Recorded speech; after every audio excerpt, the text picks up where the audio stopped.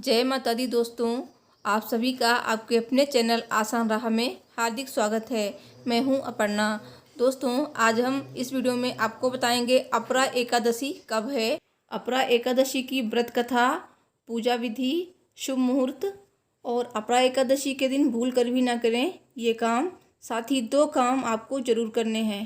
तो ये सारी जानकारी आपको मिलेगी इस वीडियो में एंड तक बने रहिएगा। दोस्तों, ज्येष्ठ माह के कृष्ण पक्ष की एकादशी तिथि को अपरा एकादशी या फिर अचला एकादशी कहते हैं।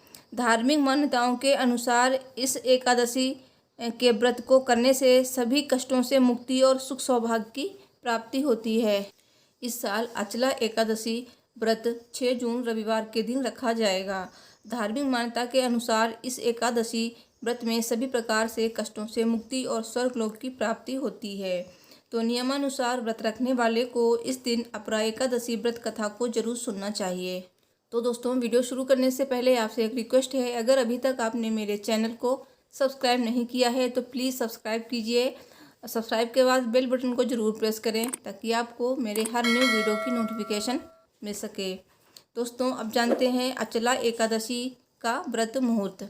एकादशी तिथि 5 जून शनिवार को सुबह 4:07 से शुरू हो जाएगी, जबकि इस तिथि का समापन 6 जून रविवार को सुबह 6:19 पर होगा।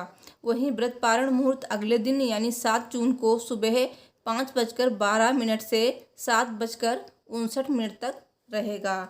अब जानते हैं अचला एकादशी व्रत विधि। प्रातःकाल सूर्योदय से पहले उठें, नित्य क्रिया से निवृत्त होकर स्नान ध्यान करें, व्रत का संकल्प लेकर विष्णु जी की पूजा करें। पूरे दिन अन्न का सेवन न करें, जरूरत पड़े तो फलाहार लें। शाम को विष्णु जी की आराधना करें, विष्णु सहस्त्र नाम का पाठ करें। व्रत पारण के समय नियमानुसार व्रत खोलें। व्रत खोलने के पश्चात ब्राह्मणों को दान दक्षिणा दें। अब जानते हैं अचला एकादशी की पूजा विधि। एकादशी के दिन सबसे पहले सुबह उठकर स्नान करने के बाद साफ वस्त्र धारण करके एकादशी व्रत का संकल्प लें। उसके बाद घर के मंदिर में पूजा करने से पहले एक वेदी बनाकर उस पर 7 धान, उड़द, मूंग, गेहूं, चना, जौ, चावल और बाजरा रखें। वेदी के ऊपर एक कलश की स्थापना करें और उसमें आम या अशोक के 5 पत्ते लगाएं। अब वेदी पर भगवान विष्णु की मूर्ति या तस्वीर रखें। इसके बाद भगवान विष्णु को पीले फूल, ऋतुफल और तुलसी दल समर्पित करें। फिर धूप दीप से विष्णु जी की आरती उतारें। शाम के समय भगवान विष्णु की आरती उतारने के बाद फलाहार ग्रहण करें। रात्रि के समय सोएं नहीं बल्कि भजन कीर्तन करते हुए जागरण करें। अगले दिन सुबह किसी ब्राह्मण को भोजन कराएं और यथाशक्ति दान दक्षिणा देकर विदा करें। इसके बाद खुद भी भोजन ग्रहण करें और व्रत का पारण करें। दोस्तों, अपरा एकादशी तिथि के दिन शोभन योग बन रहा है। इस दिन शोभन योग सुबह 4:35 तक रहेगा। इसके बाद अतिगंड योग लग जाएगा। शोभन योग का बहुत ज़्यादा महत्व होता है। शुभ कार्यों और यात्रा पर जाने के लिए शोभन योग उत्तम माना गया है। इस योग में शुरू की गई यात्रा मंगलमय एवं सुखद रहती है। अब जानते हैं अपरा एकादशी की व्रत कथा। व्रत कथा को सुनने से अपार धन लाभ होता है, हमें अपार धन की प्राप्ति होती है। तो बोलिए भगवान विष्णु की जय, माता लक्ष्मी की जय। दोस्तों, कथा इस प्रकार है। युधिष्ठिर कहने लगे, हे भगवान, ज्येष्ठ कृष्ण एकादशी का क्या नाम है तथा उसका महात्म्य क्या है, सो कृपा कर कहिए। भगवान कृष्ण कहने लगे कि हे राजन, ये एकादशी अचला तथा अपरा दोनों नामों से जानी जाती है। पुराणों के अनुसार ज्येष्ठ कृष्ण पक्ष की एकादशी अपरा एकादशी है, क्योंकि ये अपार धन देने वाली है। जो मनुष्य इस व्रत को करते हैं वे संसार में प्रसिद्ध हो जाते हैं। इस दिन भगवान त्रिविक्रम की पूजा की जाती है।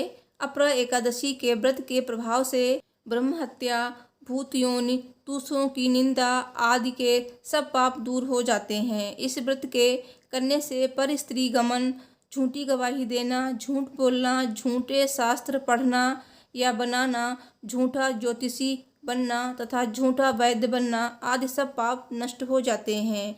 जो क्षत्रिय युद्ध से भाग जाए वे नरकगामी होते हैं, परंतु अपरा एकादशी का व्रत करने से वे भी स्वर्ग को प्राप्त होते हैं। जो शिष्य गुरु से शिक्षा ग्रहण करते हैं फिर उनकी निंदा करते हैं, वे अवश्य नरक में पड़ते हैं, मगर अपरा एकादशी का व्रत करने से वे भी इस पाप से मुक्त हो जाते हैं।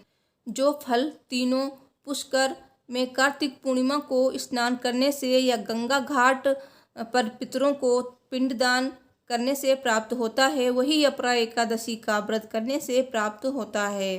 मकर के सूर्य में प्रयागराज के स्नान से, शिवरात्रि का व्रत करने से, सिंह राशि के बृहस्पति में गोमती नदी के स्नान से, कुंभ में केदारनाथ के दर्शन या बद्रीनाथ के दर्शन, सूर्य ग्रहण में कुरुक्षेत्र के स्नान से, स्वर्ण दान करने से अथवा अर्ध प्रसूता गोदान से जो फल मिलता है, वही फल अपरा एकादशी के व्रत से मिलता है।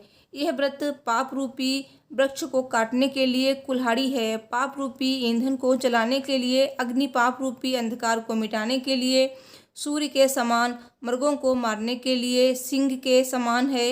अतः मनुष्य को पापों से डरते हुए इस व्रत को अवश्य करना चाहिए। अपरा एकादशी का व्रत तथा भगवान का पूजन करने से मनुष्य सब पापों से छूटकर विष्णु लोक को जाता है। इसकी प्रचलित कथा के अनुसार प्राचीन काल में महिध्वज नामक एक धर्मात्मा राजा था। उसका छोटा भाई बजध्वज बड़ा ही क्रूर, अधर्मी तथा अन्यायी था। वो अपने बड़े भाई से द्वेष रखता था। उस पापी ने एक दिन रात्रि में अपने बड़े भाई की हत्या करके उसकी देह को एक जंगली पीपल के नीचे गाड़ दिया। इस अकाल मृत्यु से राजा प्रेतात्मा के रूप में उसी पीपल पर रहने लगा और अनेक उत्पात करने लगा। एक दिन अचानक धौम्य नामक ऋषि उधर से गुजरे। उन्होंने प्रेत को देखा और तपोबल से उसके अतीत को जान लिया। अपने तपोबल से प्रेत उत्पात का कारण समझा। ऋषि ने प्रसन्न होकर उस प्रेत को पीपल के पेड़ से उतारा तथा परलोक विद्या का उपदेश दिया। दयालु ऋषि ने राजा की प्रेत योनि से मुक्ति के लिए स्वयं ही अपरा या अचला एकादशी का व्रत किया और उसे अगति से छुड़ाने को उसका पुण्य प्रेत को अर्पित कर दिया। इस पुण्य के प्रभाव से राजा की प्रेत योनि से मुक्ति हो गई। वह ऋषि को धन्यवाद देता हुआ दिव्य देह धारण कर पुष्पक विमान में बैठकर स्वर्ग को चला गया। हे राजन, ये अपरा एकादशी की कथा मैंने लोकहित के लिए कही है। इसे पढ़ने अथवा सुनने से मनुष्य सब पापों से छूट जाता है। बोलो भगवान विष्णु की जय, बोलो माता लक्ष्मी की जय। एकादशी वाले दिन भूल कर भी ना करें ये काम। एकादशी में भगवान कृष्ण या भगवान विष्णु की पूजा की जाती है, तो भगवान विष्णु को अर्पित करने के लिए तुलसी का पत्ता आप एकादशी के दिन ना तोड़ें, एक दिन पहले तोड़ सकते हैं। साथ ही एकादशी के दिन मसूर की दाल का सेवन ना करें, ना ही आप झूठ बोलें, चावल का सेवन ना करें। साथ ही दिन में सोना नहीं चाहिए, चाहे आप व्रत रखें या फिर ना। और एकादशी के दिन ये काम जरूर करें, भगवान विष्णु को पीले रंग के फूल और फल जरूर अर्पित करें, उसमें तुलसी का पत्ता जरूर रखें और तुलसी के पत्ते को आप एक दिन पहले तोड़ें और माता तुलसी के सामने घी का दीपक जरूर जलाएं। तो दोस्तों, उम्मीद करती हूँ आपको मेरी ये वीडियो पसंद आई होगी। तो वीडियो को लाइक शेयर कीजिए, चैनल को भी सब्सक्राइब कीजिए। तो मिलती हूँ नेक्स्ट वीडियो में। Thanks for watching. Har Har Mahadev. जय श्री लक्ष्मी नारायण जी।